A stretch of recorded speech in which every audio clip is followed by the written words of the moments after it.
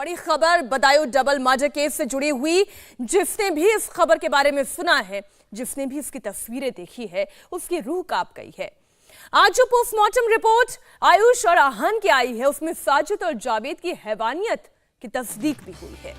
Postmortem report के मुताबिक आयुष और आहान के शरीर पर धारदार हथियार से वार किए गए। आयुष की बॉडी पर हमले के 14 निशान हैं, जबकि आहान के शरीर पर हमले के 9 निशान हैं। साजिद जावेद ने बच्चों की पीठ, छाती और पैरों को काटा था। जब बच्चों ने भागने की कोशिश की तो उस समय भी उनके पैरों पर धारदार हथियार से हमला किया गया। आयुष और आहान की बॉडी पर टोटल 23 वार के निशान किए गए। आप जरा सोचिए, कितनी हैवानियत के साथ, कितनी दरिंदगी के साथ इन बच्चों के साथ ये दरिंदे पेश आए। जब ये भागने की कोशिश कर रहे थे तो इनके पांव पर वार किया कि कहीं ये भागने ना पाए। हर कीमत पर ये कसाई का रूप धरकर इन बच्चों की जान लेने पर आमादा थे। आखिर साजिद ने क्यों काटा आयुष और आहान का गला? क्यों इस बेरहमी और इस बेदर्दी के साथ इनके ऊपर वार किया? ये सारी बातें, ये सारे सवाल अपने जवाब तलाश रहे हैं, लेकिन आज जो पोस्टमार्टम रिपोर्ट सामने आई है वो वाकई में परेशान कर देने वाली है। धारदार हथियार से कई वार किए गए आयुष और आहान पर। आयुष के शरीर पर कुल 14 वार किए गए, वहीं आहान के शरीर पर भी 9 वार किए गए हैं। जो पोस्टमार्टम रिपोर्ट है इस वक्त वो हम आपके सामने रख रहे हैं। आप देखिए इसमें कहां पर डीप कट है, कितना डीप कट है, इस तक की भी पूरी जानकारी है इस वक्त आप देख रहे हैं।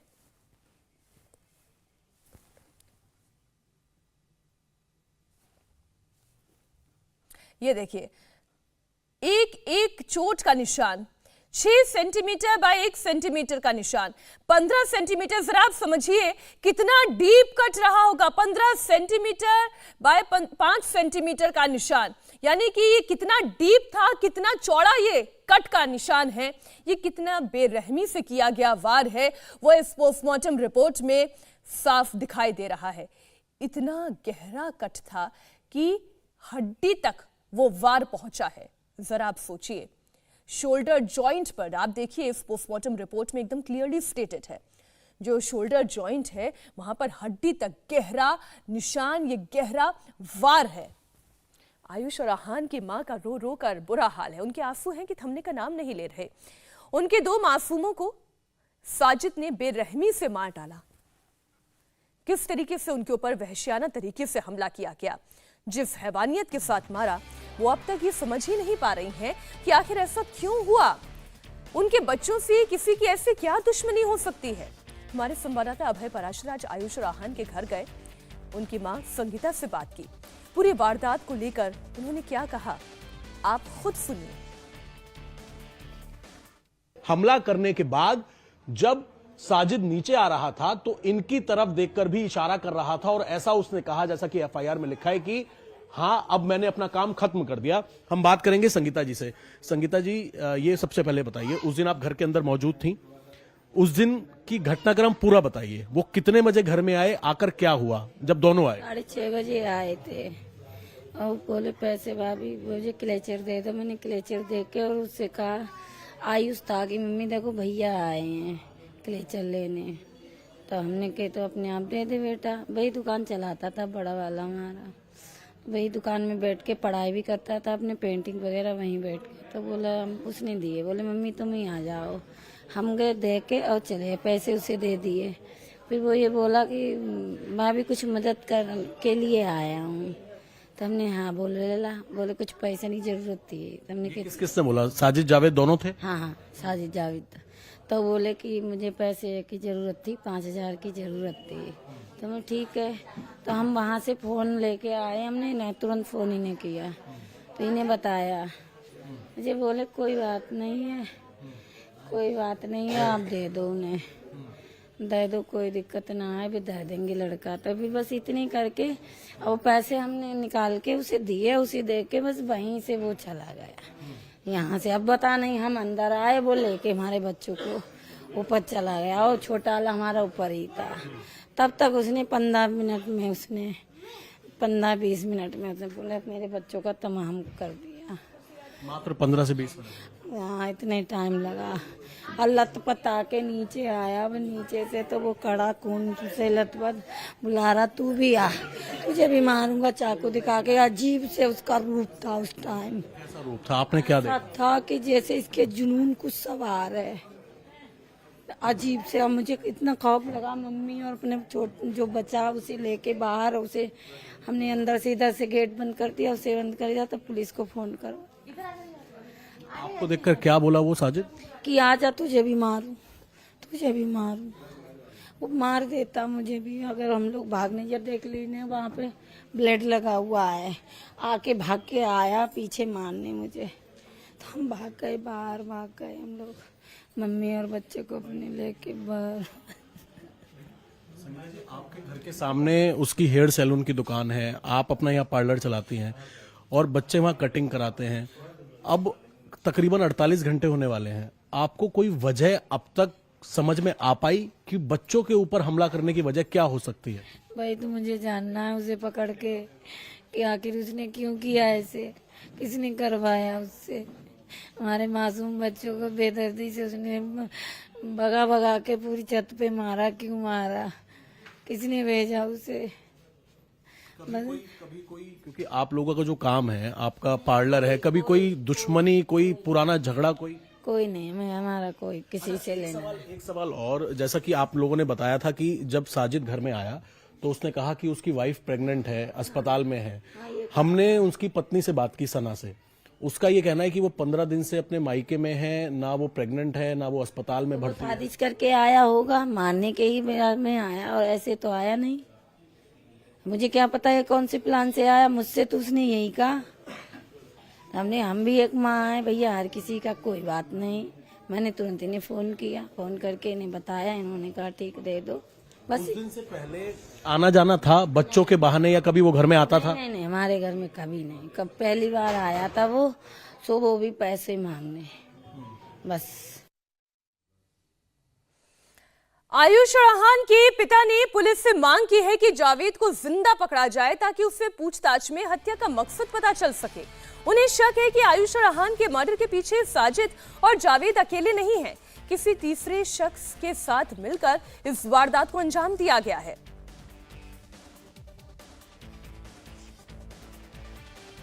बदायूं में मासूम बच्चों की हत्या हुए तकरीबन 48 घंटे होने वाले हैं, लेकिन सबसे बड़ा सवाल यह है कि आखिरकार इन दोनों दरिंदों ने बच्चों को मारा क्यों, बच्चों से दुश्मनी क्या थी, मोटिव अब तक क्लियर नहीं हो पाया है।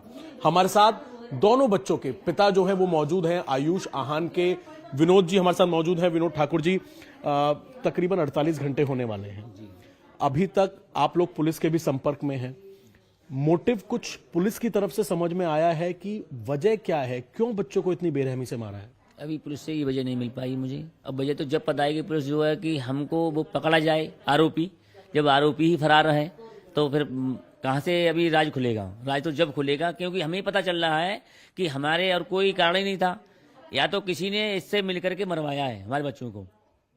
उसे किसी भी प्रकार का भाई वो है सिस्टम होगा उसका कि मरवाने का कारण क्या है, या हमारे घर में सब घर को मारने आया था, पूरा घर लूटने आया था, भाई ये भी हो सकता है। भाई हमको ये चाहिए कि हमारा ये इसमें पूरी जांच बैठा ली जाए, कि तब हमको पता चलेगा क्या कारण है हमारे घर में, क्या बच्चों को मारने का क्या उसका सिस्टम था। जब तक जांच नहीं होगी तो हम क्या करेंगे? और हम योगी से, मोदी से ये प्रार्थना करेंगे कि हमारी इस समस्या का समाधान हो और इस चीज़ को गहराई से देखा जाए। और हमारी जांच बहुत ज़रूरी है, जांच करानी, इसकी पूरी जांच बैठा ली जाए। और उसको मारना नहीं, पहले उसको गिरफ्तार करिए, गिरफ्तार करने के बाद उसका इनकाउंटर हो, और उसके घर पे बिल्डोजर चलना चाहिए। क्योंकि जब हमारा घर ही उतने बर्बाद कर दिया है तो हमारा क्या रखा है इसमें? अगर ऐसा नहीं होता है तो फिर हम अपने घर पे काम खत्म कर देंगे, आप लोगों का अपना परिवार खत्म ही कर देंगे, नष्ट कर देंगे, हम जिंदा नहीं रहेंगे हम। जब हमारा परिवार ही नष्ट हो गया तो फिर उसका परिवार क्यों रहेगा? भाई उसका भी होना चाहिए। जब हमारे 2 बच्चे मर गए, बताओ हमारा क्या रह गया? अगर वो लड़का मार देता, अब बच्चे बीवी मार देता, तो फिर क्या रह गया हमारा? हम तो मारे मारे फिरते कहीं, इस जमीन का मकान का क्या करते हम?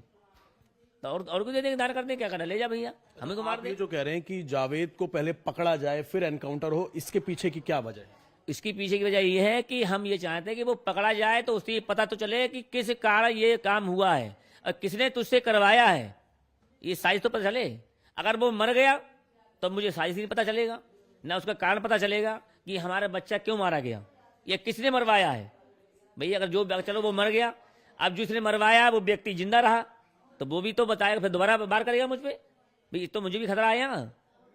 आज बच्चे मार दिए, कभी पूरा परिवार खत्म कर दिया, मैडम को मार दिया, मम्मी को मार दिया, कि हमारा लड़का रहेगा उसको मार दिया कि कोई, तो फिर उस पर क्या हुआ, हम तो चुप बैठ जाएंगे, लेकिन पता चलेगा कोई कहानी क्या है। अच्छा विनोद जी, जो आपने एफआईआर करवाई है उसमें जो आपने बात लिखी है कि वो घर में आया, 5,000 रुपए की मांग की और फिर देखा कि वो हथियार लेके खड़े हुए हैं और उनके खून से कपड़े, सड़े हुए कपड़े हैं। आप बाहर जॉब करते हैं, आपको क्या लगता है कि मात्र 5,000 रुपए या 10,000 रुपए ये छोटी सी रकम ऐसी वजह हो सकती है?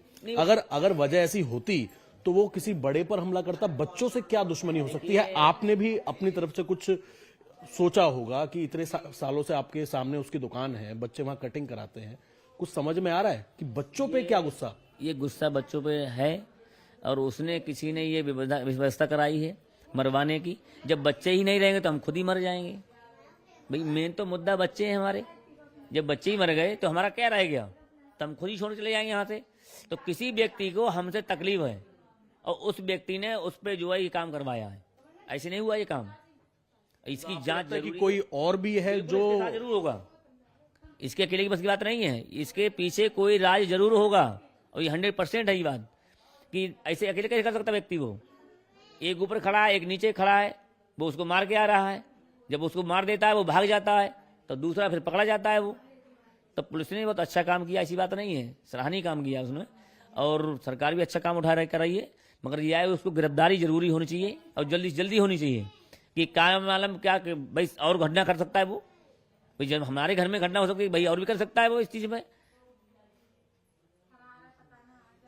पोस्टमार्टम रिपोर्ट के बारे में कुछ डॉक्टर्स ने बताया, क्योंकि जो शुरुआती पोस्टमार्टम रिपोर्ट है वो बहुत चौंकाने वाली है। बहुत मल्टीपल वार किए गए हैं, छोटे छोटे बच्चों पे, पूरी बॉडी पे वार हैं। कुछ बताया गया आप लोगों को डॉक्टर्स की तरफ से, पुलिस की तरफ से? नहीं, मुझे अभी तो कोई सूचना नहीं मिली है, फिलहाल मैं भी नहीं गया था अभी और ना मुझे कोई बताया गया है। और उसकी रिपोर्ट भी मैंने अभी कल मैंने कहा था उससे, तो बोला कि जो है हम कल मिल पाएगी रिपोर्ट उसकी, मगर अभी हमको रिपोर्ट की सूचना नहीं मिली है और ना कोई पुलिस की तरफ से कोई सूचना मिली है और ना किसी पुलिस वाले ने हमें इस चीज़ को बताया है कि ऐसी ऐसी घटना अभी उसको दिखाया गया उसमें रिपोर्ट में, ऐसी कोई सूचना नहीं आई है। उस दिन के बारे में, क्योंकि परिवार के लोग यहाँ पर मौजूद हैं जो घर में थे, आप तो बाद में आए थे, जब उसने हत्या को अंजाम दिया दोनों छत पे थे क्या, जावेद और साथ में साजिद, और वो यहाँ से भागने में कैसे कामयाब हुए? साजिद जो था ऊपर था, बच्चे को लेके चला गया था साथ में और जावेद यहीं खड़ा था जो छोटा वाला है। हम नाम नहीं जानते दोनों का, मगर ये जानते हैं जो मारा हुआ है वो बड़ा था और जो भागा है वो छोटा था। उसकी बाइक थी, मगर वो छोटा वाला जो तुरंत जब देखा है उसने बच्चों को हुआ ऊपर, वो छोटा वाला भाग के आ रहा था पीयूष, तब उसने भागा अपनी गाड़ी लेके और इनके ऊपर उसने फिर ऐसे कहा कि इधर आ, तू भी ऐसे करके उसने जब चाकू चलाया है तो उसके हाथ में लगे हुए थे तो उसने ऐसे टपका रहा था खून उसमें चाकू से। वो तो इनको सबको ही खत्म करने देता। मतलब आपको लगता है कि बच्चों के अलावा आपकी पत्नी और को खत्म कर देता भैया। इनको इशारा किया आते हुए? बस मम्मी को पूछा क्या इशारा किया? मम्मी बता देना, मुझे बताएंगे। इनके पास जो है ऐसे से हाथ कर रहा था कि जैसे हमको इनको मार डालेगा, चाकू दिखा रहा था वहीं से। तो ये तो देख रहा था वो सबको एक एक करके सबको मारता हुआ चला जाता और गेट बंद कर देता, पता चलता कि हमको कि कब ये मारा गया है बच्चे, कब क्या हुआ है जी। अब फिलहाल जावेद अब तक फरार है, जावेद की तलाश के लिए 4 से 5 टीम काम कर रही हैं। क्या लगता है वो कहाँ छिपा हो सकता है, या कहीं छिपा हो भाई पुलिस की हिरासत तो बचेगा तो है नहीं। सरकार ऐसी व्यवस्था कर रखी है उसको जरूर पकड़ा जाएगा, कहीं भी हो, ऑल इंडिया यूपी कहीं भी हो, उससे क्या मतलब है।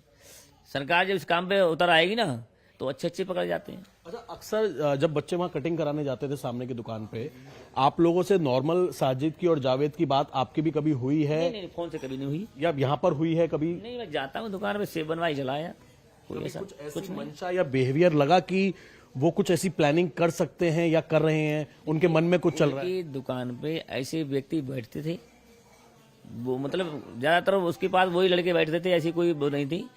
तो ऐसे हम कैसे कहते हैं किसी को, वो तो वो बता सकता है, मान लो कर सकता है कि कौन व्यक्ति ऐसा जुड़ा है इसमें। और ये पता है उसे जावेद को कि हमने ऐसा काम कराया या किया गया है, तो इसमें साजिश पूरी थी उसकी। और उसे पूरा पता है कि कौन व्यक्ति इसमें जुड़ा है। अकेले का काम नहीं है ये।